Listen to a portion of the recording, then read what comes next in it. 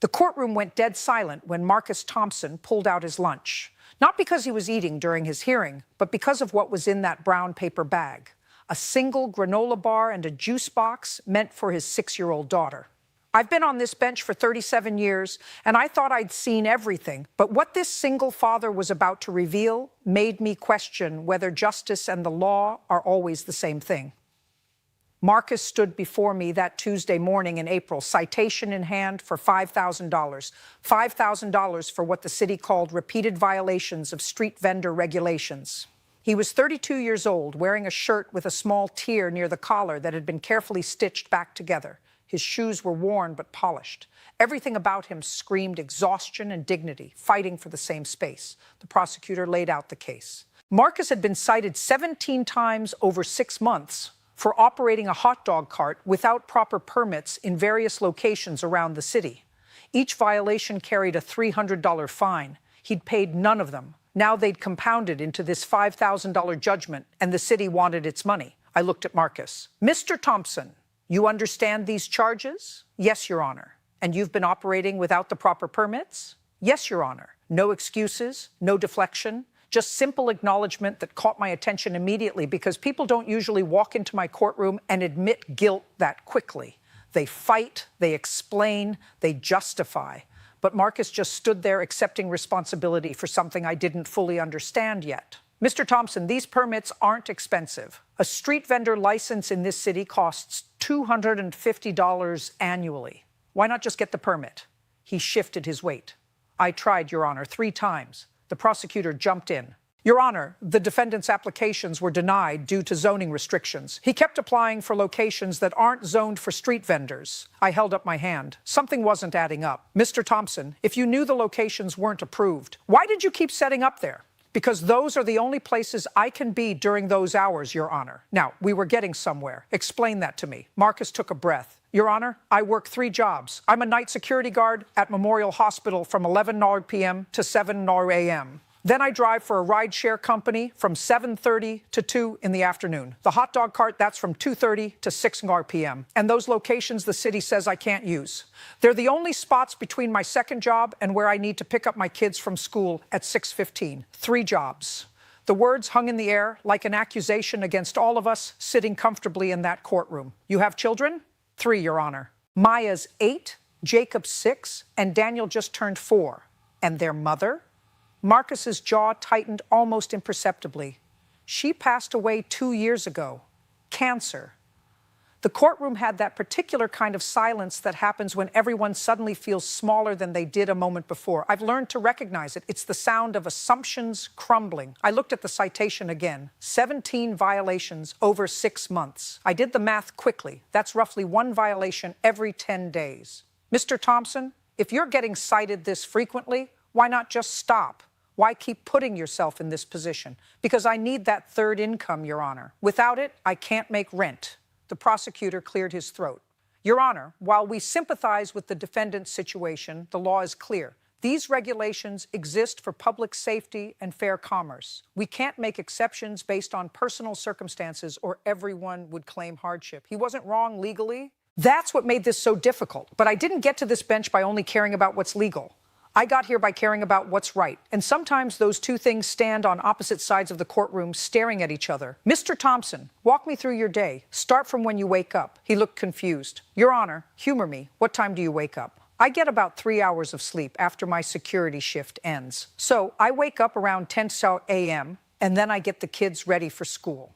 Maya is old enough to help with the younger ones, but I still need to make breakfast, pack lunches, make sure homework is done. I drop them at school by 11:45, then start my ride-share shift. When do you eat lunch, Mr. Thompson? The question seemed to surprise him. It surprised the prosecutor, too. But I had a reason for asking. I always have a reason.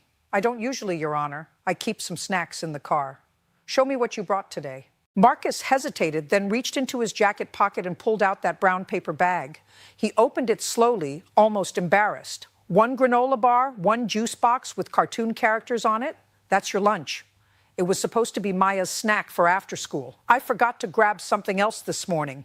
I stared at that juice box for a long moment. This man worked 3 jobs, slept 3 hours a night, and was about to eat his daughter's afternoon snack because he'd been too busy taking care of everyone else to take care of himself. The prosecutor shifted uncomfortably. Even he could see where this was heading. But what nobody in that courtroom knew yet was what I'd noticed in Marcus's file, a detail so small that everyone else had missed it. And that detail was about to change everything. I leaned forward and picked up the citation record again. Mr. Thompson, I noticed something interesting about these 17 violations. Every single one was issued between 2:15 and 3:45 p.m. Why is that? Marcus blinked. He clearly hadn't expected anyone to notice that pattern. That's when I pick up my kids from school, Your Honor. You're supposed to finish your rideshare shift at 3, correct? Yes, ma'am. But you keep working past that time. He nodded slowly. The afternoon is when surge pricing hits. Between 2 and 4, I can make almost double what I make in the morning. That extra money, it's the difference between making rent and not making rent. I set the papers down carefully. So let me understand this. You're violating these commercial driver regulations during the exact window when you need to pick up your children because you're trying to squeeze in a few more high-paying rides before your shift ends. Yes, Your Honor, the prosecutor jumped in. Your Honor, this actually makes the violations worse. The defendant is knowingly breaking the law for financial gain. I held up one finger, just one. It's a gesture I've perfected over 43 years that means be quiet and let me think. Everyone in my courtroom knows what it means. Mr. Thompson, where do your children wait when you're late picking them up? The school has an after-hour program. It costs $15 per child per hour. I did the math instantly. 3 kids, $40 per hour. If Marcus was consistently 30 to 45 minutes late, that's another $30 to $45 he couldn't afford to spend. But he was spending it anyway because those extra rideshare fares during surge pricing brought in more than the after-hour cost. This man had turned his life into a complex mathematical equation where every variable was measured in dollars and minutes, and one wrong calculation meant his family didn't eat. How much do you owe in fines currently? $6,800, Your Honor. The number landed in the courtroom like a grenade. $6,800 for a man who was eating his daughter's juice box for lunch. And if you can't pay, my rideshare account gets suspended. I lose that income entirely, which means you can't make rent, which means I lose my apartment, Your Honor, which means my kids go into the system because I'm technically homeless. There it was, the real stakes. This wasn't about traffic violations or commercial driver regulations. This was about whether 3 children would have a father or a foster home. I sat back in my chair. Mr. Hernandez, I addressed the prosecutor, you're right that the law is clear. These regulations exist for good reasons. But I want you to think about something. If we suspend Mr. Thompson's ability to work, what happens to those 3 children? The prosecutor's face showed he'd already thought about it. Your Honor, I understand the difficult position, but we can't selectively enforce laws based on sympathy. I'm not talking about sympathy, counselor. I'm talking about consequences. The city will spend approximately $6,000 per month per child in foster care. That's $18,000 monthly for 3 kids. Over a year, that's $216,000 in taxpayer money. And that's assuming they all stay together, which statistically they won't. So add trauma therapy, additional caseworkers, court costs for custody hearings. We're looking at a $4 million minimum. I let those numbers hang there. Now Mr. Thompson owes $6,800 in fines. Even if he could pay it, which he can't, that money goes to the city. But if we suspend his license, the city immediately starts hemorrhaging money in foster care costs. So from a purely fiscal perspective, which outcome makes more sense? The prosecutor opened his mouth, then closed it. He was smart enough to see the trap I'd laid. There was no good answer that didn't make the city look either cruel or stupid. But I wasn't done. Mr. Thompson, I've read your entire file, not just the citations, everything. You were a loan officer before your wife died, made $78,000 a year. After she passed, you took 3 months off to grieve and take care of your kids. When you went back, your position had been filled. You've been working these 3 jobs for 18 months trying to get back to stable ground. Marcus's eyes filled with tears. Nobody had bothered to look at the whole story. They just saw a guy breaking rules. Your Honor, he said quietly, I know I broke the law. I'm not asking for special treatment. I just need a chance to make this right without destroying my kids' lives. That's when I made a decision that would end up on the local news, get me both praised and criticized, and fundamentally change how I thought about justice. Here's what's going to happen. I'm consolidating all 17 citations into one case. The total fine is $6,800. You're going to pay it. Marcus's face fell. He started to speak, but I held up my hand. You're going to pay it by working 200 hours of community service at $25 per hour. That's $5,000. The remaining $1,800 will be paid in monthly installments of $50 for 3 years. No interest. The prosecutor stood up. Your Honor, the law doesn't allow for community service in commercial driving cases. The law allows me discretion in sentencing, counselor. I'm exercising it. I turned back to Marcus.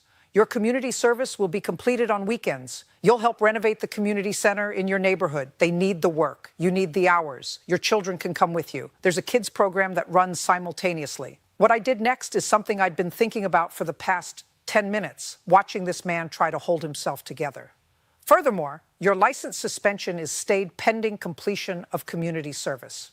You can continue driving commercially, but you'll report to this court monthly. Miss one payment, miss one community service session, get one more citation, and the full suspension goes into effect immediately. Do you understand? Marcus nodded, tears streaming down his face. Yes, Your Honor. Thank you. I won't let you down. Don't thank me yet. You've got 200 hours of hard work ahead of you. And Mr. Thompson, your kids are watching how you handle this. Show them that when life knocks you down, you get back up and do the work. I will, Your Honor. After Marcus left, the prosecutor approached my bench. Your Honor, with respect, you've just created a precedent that every traffic defendant in this city will try to exploit. No, counselor, I created a solution that serves justice better than blindly following procedure. There's a difference. I leaned forward. Tell me something. If we suspend that man's license, who benefits? Not the city, not the children, not society. The only thing that happens is we feel like we enforced a rule. That's not justice. That's bureaucracy masquerading as principle. The prosecutor wasn't happy, but he left without further argument. What he didn't know was that I'd already made 3 calls during the lunch recess. The first was to the director of the community center. I'd allocated funds from the courthouse discretionary budget to provide lunch for Marcus and his kids. Every Saturday, they came to work. The second call was to a colleague who ran a job placement program. Marcus's loan officer experience was valuable, and I knew 2 banks looking for qualified candidates. The third call was to my own insurance agent. I wanted to understand the exact implications of Marcus's situation, and what I learned made me even more certain I'd made the right choice. 3 weeks later, something unexpected happened. I was reviewing cases when my clerk handed me a letter. The return address was Marcus Thompson's. Inside was a handwritten note on notebook paper. Your Honor, I wanted you to know that I got a job interview at First National Bank. They're looking for a loan officer. The interview is next Tuesday. My kids helped me pick out a tie from the thrift store. Whatever happens, I wanted to thank you for giving me a chance to stay in their lives while I fix my mistakes. We completed our first weekend of community service. The center director said Emma asked if she could help paint the children's room. She told him, "My dad says when someone gives you a chance, you give back twice as much. I'm teaching them that because you taught me respectfully, Marcus Thompson." I read that letter 3 times. Then I put it in my desk drawer where I keep the reminders of why this job matters. Marcus got the job at First National Bank. Started at $52,000 a year, which wasn't what he made before, but it was enough. He consolidated down to 1 job, began sleeping more than 4 hours a night. His kids stopped showing up to school exhausted. But here's what made the story remarkable. 6 months after his sentencing, Marcus came back to my courtroom, not because he was in trouble, because he'd completed all 200 hours of community service early, and he wanted to start making his monthly payments ahead of schedule. "Mr. Thompson," I said, surprised to see him, "you're not due back here for another 3 months. I know, Your Honor, but I wanted to pay 3 months in advance, and I wanted to tell you something." He pulled out his phone and showed me a photo. It was Emma, his daughter, standing in front of the newly renovated community center children's room. The walls were painted bright yellow. There were new shelves filled with books, a reading corner with cushions. That room, Emma and I designed it together. The center director said, "It's the most popular space in the building now. Kids come after school every day to read and do homework." Marcus's voice got thick with emotion. "Your Honor, you could have taken my license. You would have been justified. Instead, you gave me a chance to show my kids that mistakes don't define you. How you handle them does." He paused. "Emma told me yesterday she wants to be a judge when she grows up. She said judges help people fix their lives instead of just punishing them." That moment right there, That's why I've stayed on this bench for 4 decades, not for the salary, not for the authority, for the opportunity to see someone transform their situation when given proper support instead of pure punishment. But the story doesn't end there, because what happened next showed me that one good decision creates ripples you can't predict. The community center director called me 2 months later. He said that after Marcus completed his service, 7 other people from the neighborhood volunteered to help with renovations. They'd heard about the program and wanted to contribute. The center had a waiting list of volunteers now, people who wanted to give back to their community, but didn't know how. The director asked if I could create a formal program where people with traffic violations could choose community service. He had projects lined up for the next year. I called a meeting with the city prosecutor, the public defender's office, and community leaders. We designed what became the Restorative Justice Traffic Program. Defendants with clean records who faced license suspension due to unpaid fines could apply for community service options. Not everyone qualified. Repeat offenders, DUI cases, reckless driving didn't apply. But people like Marcus, people who made mistakes while struggling through impossible situations, they got a path forward. The program launched 4 months after Marcus's case. In the first year, 63 people participated. The city saved an estimated $1.2 million in foster care and social services costs. The community center completed full renovations. 3 local parks got new playground equipment. And here's the number that mattered most to me. 61 of those 63 people kept their licenses. 61 families stayed together. 61 people kept their jobs, their homes, their stability. 2 didn't make it. 1 violated probation. Another stopped showing up halfway through. But 61 out of 63, that's a success rate no traditional punishment model ever achieves. Marcus Thompson became something unexpected. He became a mentor. When new participants entered the program, the community center director would introduce them to Marcus. He'd tell his story, show them what's possible. When you commit to the work, I watched this man transform from someone who couldn't see past his next shift to someone helping others navigate the same struggles he'd faced. That's redemption, not the absence of consequences, but the transformation that happens when consequences are paired with opportunity. Now, I need to address something viewers always ask when I share stories like this. Judge, aren't you just letting people off easy? What about accountability? Let me be clear. Marcus didn't avoid accountability. He worked 200 hours. He paid every cent he owed. He completed parenting classes and financial counseling. He did more work than if I just suspended his license and moved on. The difference? His accountability built something instead of destroying something. That's not soft. That's strategic. Traditional punishment would have cost Marcus his job. He'd lose his apartment. His kids enter foster care. The state pays $45,000 per year per child for foster care. That's $90,000 for Emma and James, plus legal fees for custody proceedings. Plus, Marcus likely ends up homeless, possibly incarcerated for other violations that stem from desperation. Total cost to taxpayers for the traditional approach. Conservatively, $500,000 over 5 years. Cost of the restorative approach, administrative oversight, and the community center projects that benefited everyone. Anyway, which one sounds tougher now? Here's what I've learned in 43 years on this bench.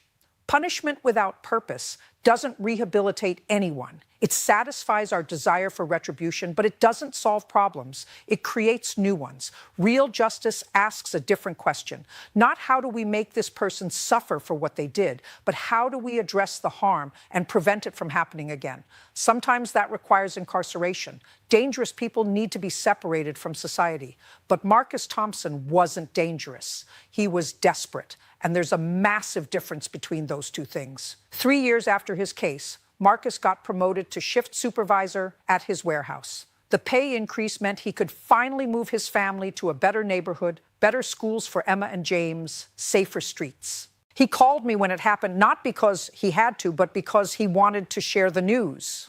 Your Honor, I got the promotion, and I wanted you to know that none of this would have been possible if you'd taken my license that day.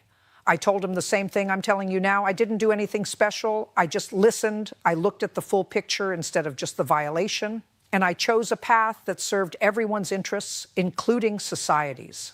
That's not radical. that's practical. The restorative justice traffic program is still running. It's expanded to 3 other counties. Other judges have adopted similar approaches, and the data consistently shows the same pattern. When you give people structure, support, and accountability that builds instead of destroys, they rise to meet it. Not everyone. Some people aren't ready. Some people won't do the work, but most will. Most people, when given a genuine opportunity to fix their situation, will take it. That's the bet I make every time I sentence someone like Marcus, and more often than not, that bet pays off. Emma Thompson is 14 now. She's an 8th grade honor roll student, captain of her school's debate team. She still wants to be a judge. Her father tells me she practices by holding mock trials with her younger brother, who apparently plays a very dramatic defendant. James is 11, excelling in school, talking about becoming an engineer. Both kids know their father's story. He didn't hide it from them. He explained that he made mistakes, faced consequences, and chose to become better. That's the lesson they're carrying forward. Not that their father got away with something, but that he took responsibility and transformed his life. Last month, Marcus brought his family to the community center for the 5th anniversary celebration of the renovations. The director invited me to speak. When I arrived, I saw something that made every difficult decision worth it. The children's reading room that Emma helped design. It's named the Thompson Family Learning Center. There's a plaque on the wall explaining that it was created through community service by someone who wanted to give back. Marcus didn't ask for that recognition. The center director did it because Marcus's work inspired the entire volunteer program that followed. Standing in that room, watching kids sprawled across cushions, reading books, I thought about where Emma and James might have been if I'd made a different choice 3 years earlier. Separated from their father, bouncing between foster homes, dealing with trauma that takes decades to process. Instead, they were there with their dad, laughing, proud of what he'd built. That's what justice looks like when it's working correctly. Not vengeance, not punishment for punishment's sake, but accountability that creates positive change instead of generational trauma. Marcus Thompson walked into my courtroom expecting the worst and hoping for mercy. What he got was neither. He got justice, real justice, the kind that acknowledges harm, demands accountability, and creates pathways for people to become who they're capable of being. And that yellow room full of kids reading books. That's what happens when we choose to build instead of just destroy. 63 families stayed together because we asked a different question. Not how do we punish this, but how do we fix this? That shift in thinking, that willingness to see the full picture instead of just the violation, that's what separates justice from bureaucracy. Marcus Thompson didn't need a lecture. He needed a chance. And when given that chance, he didn't just take it. He multiplied it for everyone around.